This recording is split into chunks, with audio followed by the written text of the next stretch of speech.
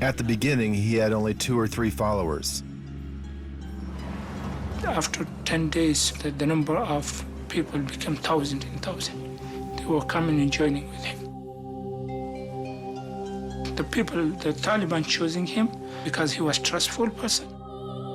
Omar's appeal is not his military or political prowess, but his deep piety. He believed that he was working at the end of time, that he was entirely in service of God as he understood God, and that his efforts to build a perfect Islamic state were in part an effort to secure his passage to heaven. Omar is a reclusive figure who seldom ventures outside his home in Kandahar. He has never met with any Western journalist or diplomat. To this day, it's hard to separate Omar, the man, from all the myths and legends that surround him. Those who know him describe Omar as quiet and shy, despite being an imposing physical presence. Because he deeply distrusts modern technology and is against all reproductions of the human form, there are few photographs of Omar in existence. He refused to be photographed for Islamic reasons. He said, cannot take pictures of human beings or living creatures. He is a rural religious figure whose beliefs are quite narrow and fundamental. Even today, many of Omar's fundamental beliefs are still the norm in southern Afghanistan. A rudimentary religious education is all that's available to many children in the area. Omar recruits his growing legion of followers from Islamic schools like this one. Young boys like these Taliban study the teachings of an 18th century desert preacher named Muhammad Abdul Wahab. Wahab believed that all forms of adornment and modernity were blasphemous. He preached that every enemy of Allah should be converted or destroyed. According to one story, when Wahab came across a woman accused of fornication, he ordered her stoned to death. This severe doctrine stands in contrast to many of the rich cultural traditions of previous and current Islamic civilizations. But Wahhabism was strongly promoted by the Saudi religious clergy, and it was Saudi Arabia that donated most of the textbooks and learning materials to the Taliban. A holy war fought in Wahhab's name helped give birth to modern Saudi Arabia. Now, a new jihad will lead to the violent rise of the Taliban. The Taliban movement has simple aims: to restore peace, disarm the population, and implement strict Islamic law. Omar's followers wear long beards, dark eyeliner, and distinctive black turbans to signify their religious commitment. On November 3, 1994, this growing Taliban force moves on Kandahar. After just 2 days of fighting, Mullah Omar's followers capture the second largest city in Afghanistan, and at a cost of only a dozen men. They rise up at that moment and take over. They captured Kandahar almost without a fight. How did Omar's relatively unknown force capture an entire city without a major battle?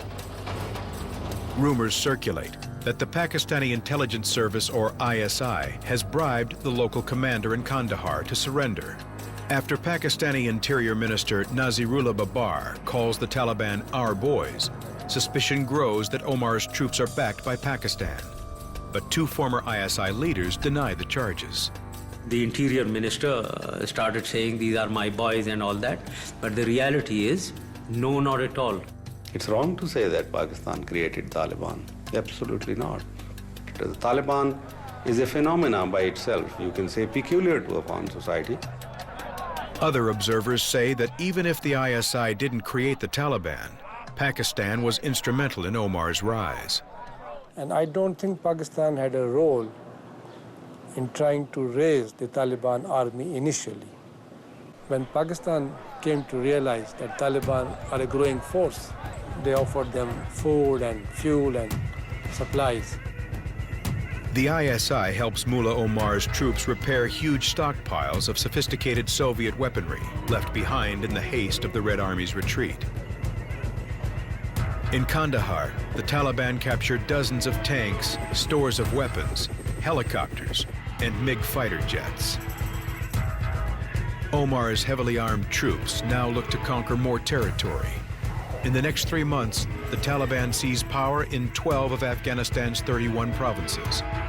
The bloodshed is minimal, as Afghans eager for change in their war-torn country welcome the Taliban as liberators. The Taliban have come as savior of the people. They claimed at the beginning that they will bring peace, stability, and security. They will save the people from those atrocities. So at the beginning, the people supported them. A lot of people gave their weapons, and a lot of the provinces, without fighting, they fall into their hands. 20,000 madrasa students, many of them between 14 and 24 years old, joined the Taliban's march through Afghanistan. Wahid Mozdeh was one of the young men who felt the pull of Mullah Omar. I joined the Taliban. I was one of the people who were very interested in learning about the movement.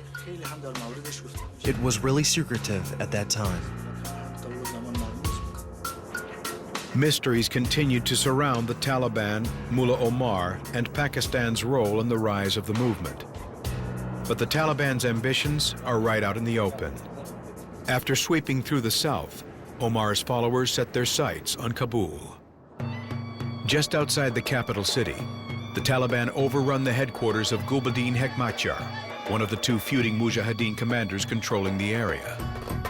The other, Ahmed Shah Massoud, remains entrenched in Kabul.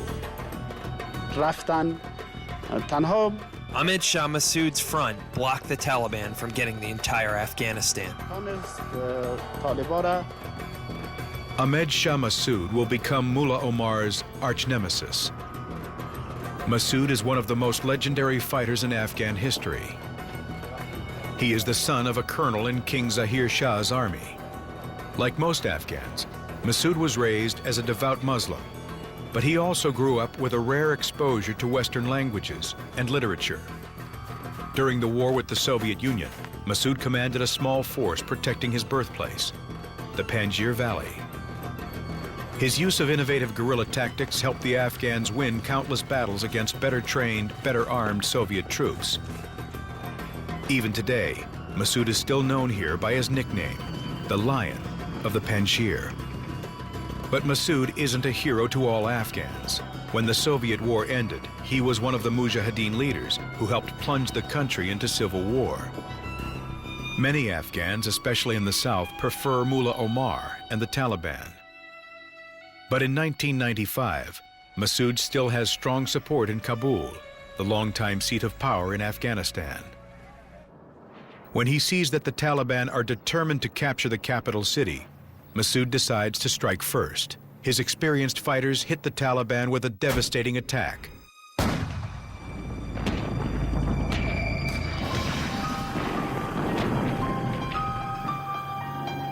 After taking at least 3,000 casualties, Omar's troops are finally forced to retreat from Kabul. It's the Taliban's first major military defeat. This was the biggest setback to the Taliban movement. Stubbornly, Mullah Omar presses on, possessed by the conviction that it is Allah's will he rule Afghanistan. On April 4, 1996, in Kandahar, Omar appears on a balcony above more than 1,200 religious leaders. He wraps himself in a cloak taken out of its shrine for the first time in 60 years. According to legend, this cloak once belonged to the Prophet Muhammad.